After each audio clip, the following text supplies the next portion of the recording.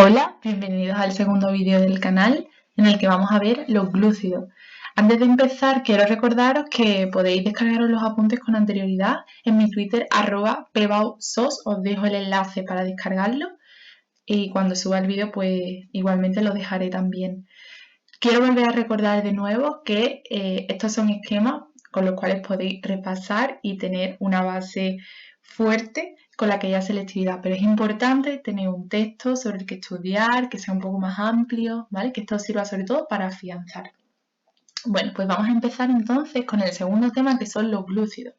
Siempre me gusta poner al inicio, sobre todo de estos primeros temas, una definición que en este caso consiste en que son biomoléculas orgánicas formadas por carbono, hidrógeno y oxígeno y que además presentan un grupo OH o un alcohol con una cetona, en cuyo caso serían polihidroxicetonas, o con un aldehído, en cuyo caso serían polihidroxialdehídos. Polihidroxi porque tienen varios grupos OH y cetonas o aldehídos en caso de que sean uno u otro, que más tarde en la fórmula veremos cuándo son cetonas y cuándo son aldehídos.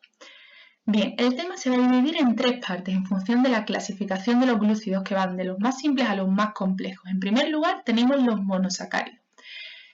Los monosacáridos, bueno, estos son los tres grupos principales, luego veremos que en total son 5, se clasifican en función del número de carbonos que tengan, de forma que pueden ser triosas cuando tienen 3 carbonos, pentosas cuando tienen 5 carbonos o esosas cuando tienen 6 carbonos.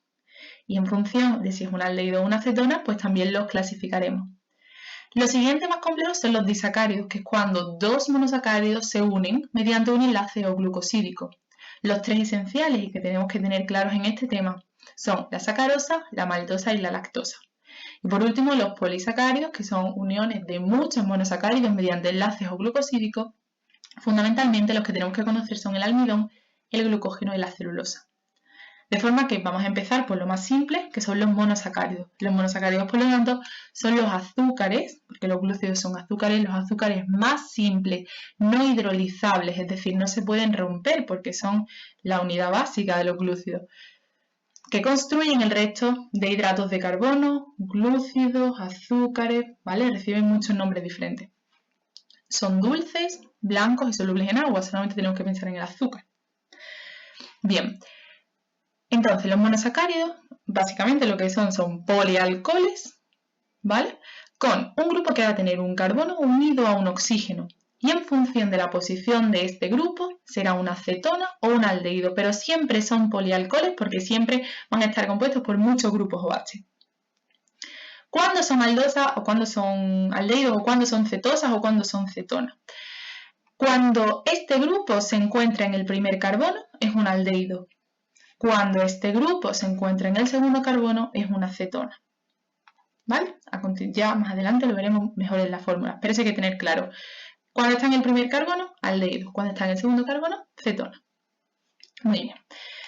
Las propiedades, por una parte, el carácter reductor de los monosacáridos que permiten que se conviertan, que pasen de ser carbonilos a carboxilos, y por otra parte, la isomería.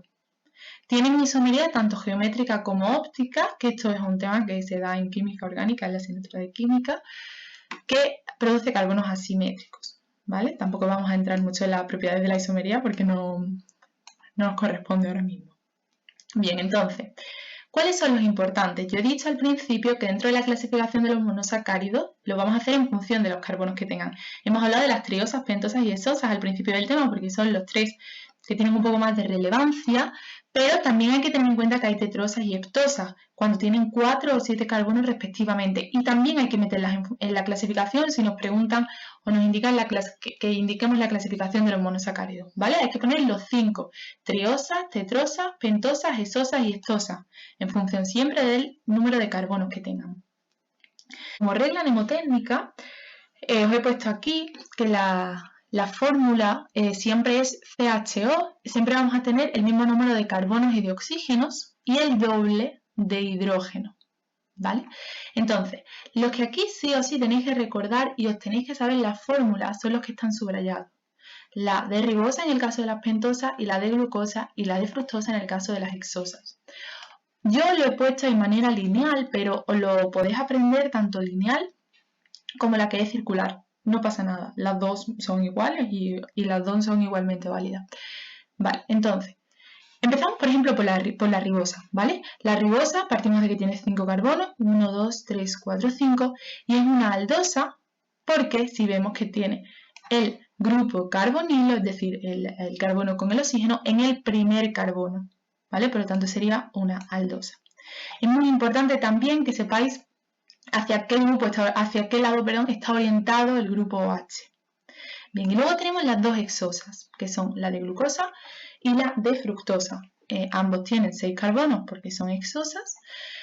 Y la diferencia entre ambas es que esta es una aldosa porque tiene el grupo carbonilo en el primer carbono, mientras que esta es una cetona o una cetosa porque tiene el grupo carbonilo en el segundo carbono.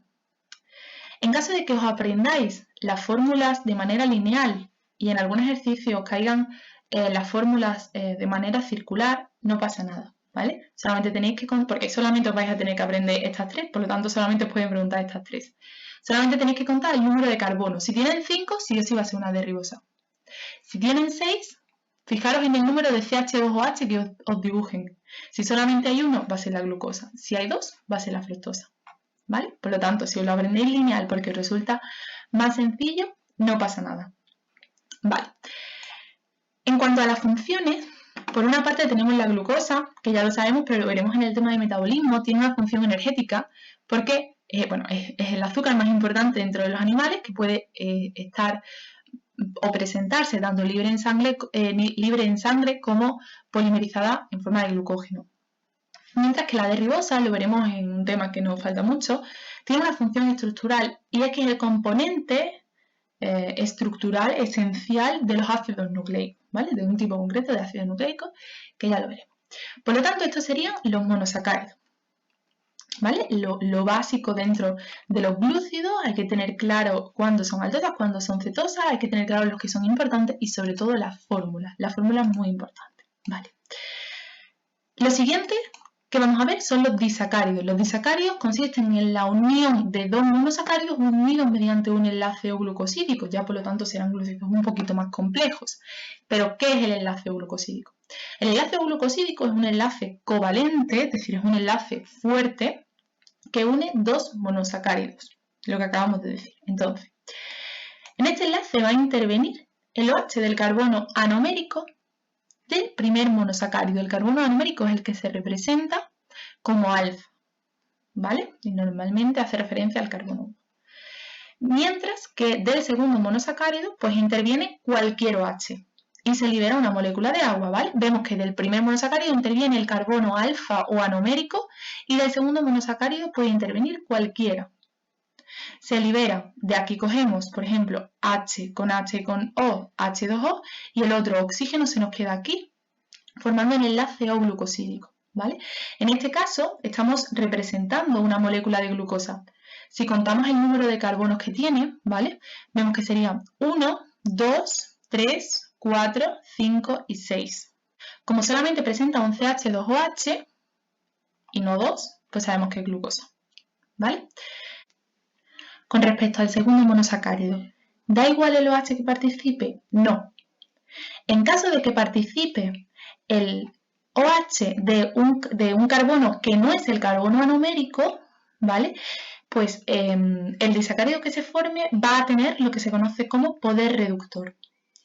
Mientras que si participa el OH del carbono anomérico también del segundo monosacárido, no va a tener poder reductor.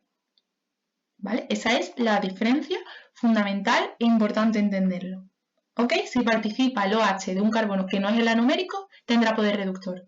Si participa el OH del carbono que es el anomérico, no tendrá poder reductor. ¿Vale? Entonces, este sería el enlace O-glucosídico. ¿Y cómo se llama la rotura del enlace O-glucosídico? Hidrólisis. Por eso dijimos que los monosacáridos no son hidrolizables, porque no hay enlace O-glucosídico que romper. Muy bien. ¿Cuáles son los ejemplos de disacáridos que tenemos que tener claros? La maltosa, la lactosa y la sacarosa.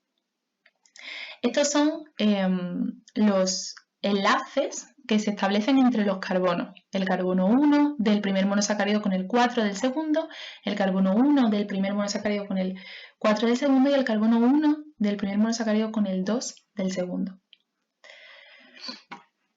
La maltosa es la unión de glucosa con glucosa y forma un enlace conocido como monocarbonílico.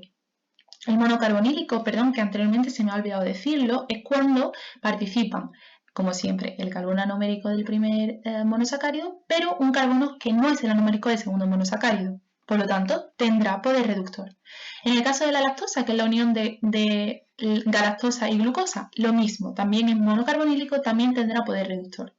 El que no tiene poder reductor, porque es un enlace dicarbonílico, es decir, participan los OH de los carbonos anoméricos de ambos monosacáridos, es la sacarosa, que consiste en la unión de glucosa y fructosa. Y eso hay que tenerlo muy claro. Por tanto, la maltosa y la lactosa tienen poder reductor y la sacarosa es, de los tres que tenemos que conocer, el único que no tiene poder reductor porque es dicarbonílico. Participan los carbonos anoméricos, los OH de los carbonos anoméricos de ambos monosacáridos. Vale, entonces una vez que hemos visto los disacáridos, ya pasamos a la última parte del tema, que son los polisacáridos. Los polisacáridos son glúcidos, obviamente también complejos, formados por la unión de más de 10 monosacáridos, unidos también obviamente por enlaces glucosídicos. Entonces, al contrario que los monosacáridos, no son solubles en agua, no son dulces, no son cristalizables, y al contrario de lo que ocurre en los disacáridos, no tienen poder reductor. Por lo tanto, si nos hablan de un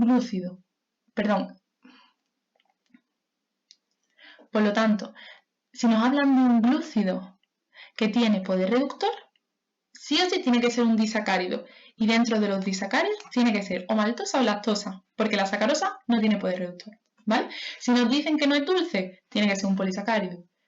O que no es soluble en agua. Si nos dicen que no es hidrolizable, solo puede ser un monosacárido porque no tiene enlace o glucosídico. ¿Vale? Entonces, dentro de los polisacáridos, los tres que vamos a ver están compuestos únicamente por glucosa. Vamos a ver el almidón, el glucógeno y la celulosa. Es muy importante aquí conocer tanto su estructura como sus funciones. Entonces, el almidón. El almidón es un polímero de alfa-glucosa, unido por enlaces alfa 1,4, que ya hemos visto antes lo que es, y alfa 1,6, ¿vale? Participa el carbono 1 del primer monosacárido y el carbono 4 del segundo monosacárido, y aquí el 6 del segundo monosacárido. Contiene dos componentes, una amilosa de cadena lineal y una amilopectina de cadena ramificada. Y su función es de reserva energética en vegetales, ¿vale? Entonces, en este caso, la amilasa puede romper estos enlaces. Muy bien. En el caso del glucógeno, el glucógeno es un polímero también de alfa-glucosa, también unido por enlaces alfa 1,4 y alfa 1,6, con una composición similar a la amilopectina. ¿Vale? Estos enlaces, obviamente igual que antes, los rompe la amilasa. Tiene, como vemos, una composición muy parecida al almidón, con la única diferencia de que sirve de reserva energética en animales en lugar de en vegetales. Y por último tenemos la celulosa. La celulosa es un polímero no ramificado de beta-glucosa unido por enlace beta 1,4. En este caso las cadenas están dispuestas en paralelo, unidas por puentes de hidrógeno y se cohesionan fuertemente formando fibras. Entonces esta estructura tan firme va a permitir que la celulosa sea el principal componente de la pared celular en vegetales. Por lo tanto, función estructural en vegetales. ¿Cuál es la diferencia con respecto a estos dos? Que no son enlaces alfa, son enlaces beta. Y nosotros no podemos romper los enlaces beta. Por eso nosotros la celulosa no la podemos digerir, no la podemos romper, mientras que el glucógeno y el almidón sí podemos hacerlo porque tiene enlaces alfa. Esto es algo que preguntan mucho, ¿vale? Y la respuesta básicamente es esta. Por último, vamos a ver así a muy grosso modo cuáles son las funciones de los glúcidos. Principalmente tenemos que conocer energética y estructural. Energética, mediante la oxidación conseguimos energía, que esto lo veremos en el tema de metabolismo mucho mejor, y la estructural ya la hemos visto gracias a los enlaces beta estructural en vegetales. También se puede servir como protector y como reconocimiento de otras estructuras, pero principalmente tenemos que conocer función energética y función estructural. Bueno, pues hasta aquí el tema de hoy. Es un tema no muy denso. Espero que os lo hayáis entendido bien, que de nuevo una vez el esquema os haya gustado. Recordad que podéis seguirme en Twitter, lo repito, @pebausos. Podéis preguntarme por Gmail, que es pebausos@gmail.com, todas las dudas que tengáis. Y no olvidéis de suscribiros, porque así YouTube os notificará de todos los vídeos que vaya subiendo. Y bueno, si queréis pues seguirme en Twitter, darle like al vídeo y todo. Y bueno, muchísimo ánimo, de verdad, que ya nos queda mucho menos. Y ya mismo, ya veréis como ya mismo la selectividad se ha acabado. Venga, hasta luego.